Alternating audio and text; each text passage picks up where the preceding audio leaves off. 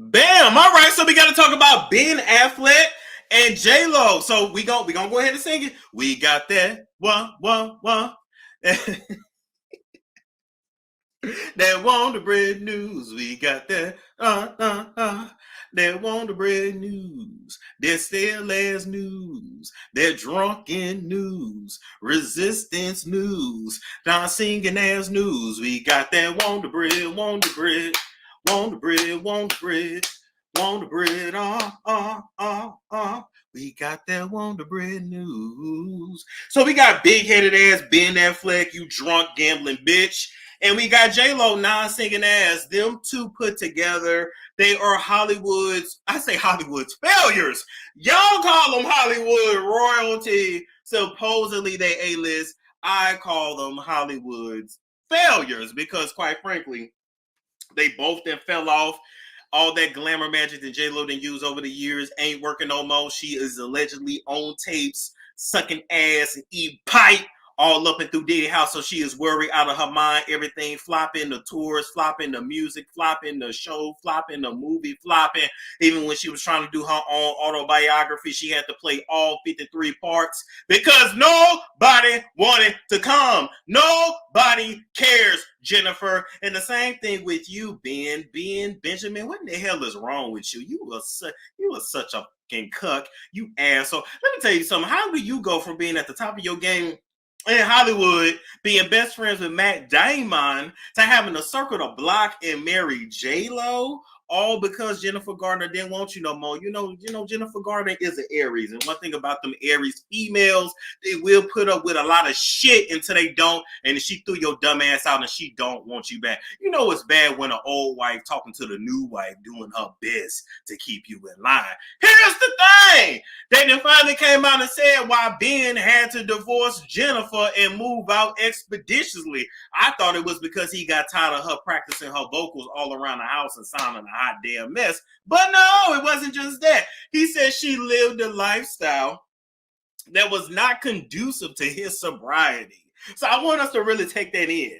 Ben said J-Lo was such a horrible person to deal with. He got on her nerves so much. Now, mind you, J-Lo worked 52 jobs, so she really ain't never at home anyway. But he said this bitch is so controlling that she is going to drive me back to drinking. For my own sobriety, I have to get away from her. And Jennifer, I am here to let you know that all them years that your mammy was whooping your ass and whooping your sister ass and whooping your other sister ass, and you had all these, pent up aggressions because you thought nobody loved you, nobody understood you, nobody got it, nobody believed in your dream of singing, but baby, you couldn't sing. It's time for you to go ahead and forgive old Guadalupe that didn't understand what auto-tune and stealing black women's vocals was going to do for your career, boo-boo. They did not see it. That's why they wanted you to go to college and to sell insurance, because they knew for sure that you could answer a telephone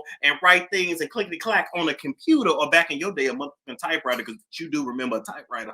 They knew you could do that, but what they did not know was that you could sing. Now, you said you had been singing ever since you were a little girl, which meant you have been off-key since you were a little girl, which means at the ripe age of 65, you ain't been able to hit a note in 65 years, which meant that music was probably never your thing and probably never really for you. How does it feel, to go into the recording studio and just basically add some ad-libs and some, hey, come on, play that song.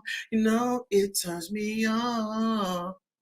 Just turn it out. Wait a minute, that wasn't even you. Bitch, you didn't even do the chorus. That was Christina Milian too. All you said was, play my song. You didn't say none of the shit, but you took credit for it. Didn't you feel some kind of way every time you went into the studio and they said, don't worry about it, Jennifer, just go home. We'll figure it out by the time you got back. And then when you came back, it wasn't your voice. They just put your fucking name on the record. You've been alive since the beginning. You wasn't running up and down the block. You always had pigtails, so your hair was never wild. You was a cactus schoolgirl. You wasn't even that damn poor. Your ass got mad because your parents didn't believe in your damn singing career, because, bitch, they heard you singing in the shower, singing at the TV, singing on the toilet stool, and you could never sing. And if it wasn't for Selena dying and you going and resurrecting her soul and putting it inside of you, God damn, you wouldn't have never had no career. You wouldn't have never had one. You would have never had one. Okay? So let it go. Much like you got to let this man go. You can't keep a man. You can't keep a boyfriend. You can't keep a friend. You can't keep nobody. Maybe you a bulldagger. Maybe that's the real issue. Maybe everybody don't want you bossing them around. Have you ever thought about that, Jennifer? Now, you thought because you were in a circle the block when Ben Affleck was in a weak, sour place in his life and you screwed that man and threw that thing on him and you did the split on the tip because you work out 3-4 hours a day because don't nobody want you no more. Unless it's a dancer that you got to pay his bills. And let me tell you something. Don't no woman coochie get wet for a nigga that she's paying his rent. You just don't. You should have stayed with your first husband. You better hope them Diddy tapes come out, and you better hope that that first sex tape that you made with the first husband never come out neither. You know how awful you gotta be to drive this man back to drink after years of sobriety? You suck. Nobody likes you. Go home and tend to them children that you had via IVF. Go tend to them children. You done made enough money, Jennifer. You'd have been on stage lip syncing enough, Jennifer. You done gave us the same tie leotard copying Beyonce and the same tie 3-step with a cane. We're done. You're done. Bitch still gonna be trying to roll her hips when she in a damn wheelchair. We don't want to hear it, Jennifer. We don't.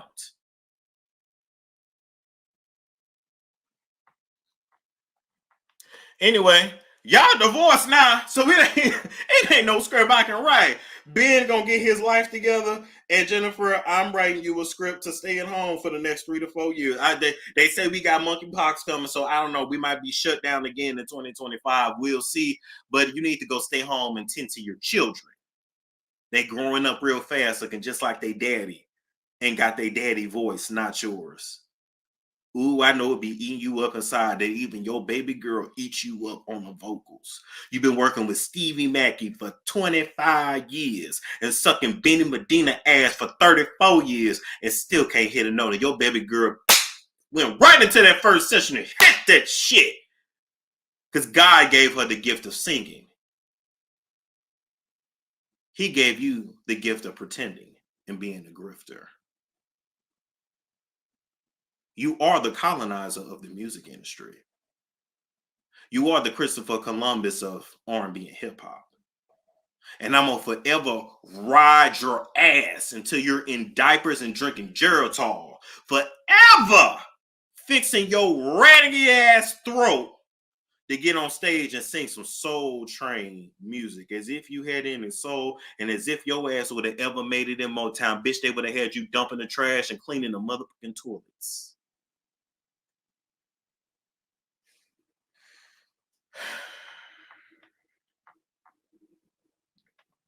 Y'all got anything else to say to her? Wait a minute. Gima Jones said you would think she would get singing lessons. She does. She faithfully goes to vocal lessons. It's a storm show. Ay, it's a storm show.